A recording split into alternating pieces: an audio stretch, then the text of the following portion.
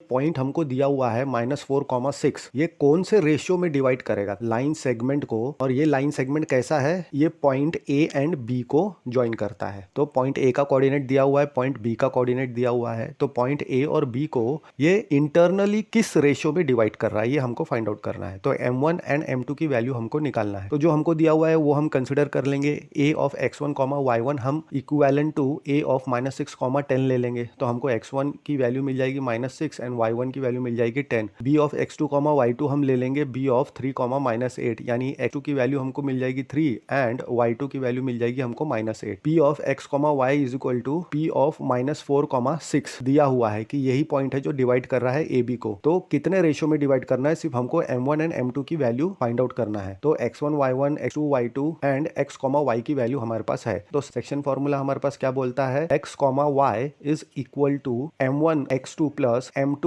x1 upon m1 plus m2, m1 y2 plus m2 y1 upon m1 plus m2। तो जब values put करेंगे p of -4,6 is equal to m1 3m1 plus into -6 हो जाएगा, तो -6m2 upon m1 plus m2, -8m1 plus 10m2 upon m1 plus m2। अब जब हम equate करेंगे x coordinate with x coordinate, -4 हमारा p ऑफ p पॉइंट का x coordinate है। x कोऑर्डिनेट क्या है, 3m1 minus 6m2 upon m1 plus m2 and y का y के साथ, तो 6 is equal to -8m1 plus 10m2 upon m1 plus m2। हम जब दोनों को इंडिविजुअली सॉल्व करेंगे अलग अलग, तो हमको क्या मिलेगा, -4 into m1 plus m2 is equal to 3m1 minus 6m2। m1 plus m2 denominator से लेफ्ट हैंड साइड में भेजेंगे तो मल्टीप्लाई में चला जाएगा। तो हमको -4m1 minus 4m2 is equal to 3m1 minus 6m2 ये ऐसा मिलेगा x के लिए, एंड y को भी साइमल्टेनियसली सॉल्व करते जाएंगे तो हमको 6m1 plus 6m2 is equal to -8m1 plus 10m2। हमको x के लिए भी मिलेगा वही वैल्यू और y के लिए भी वही वैल्यू मिलेगा अगर हम सॉल्व करते जाएंगे। तो अब जब हम सिमिलर टर्म एक साथ लाएंगे, यानी m1 m1 के साथ लाएंगे, m2 m2 के साथ लाएंगे, तो हमको मिलेगा -7m1 is equal to -2m2 x के लिए। तो हम माइनस साइन अगर मल्टीप्लाई करेंगे बोथ द साइड में, तो हमको 7m1 is equal to 2m2,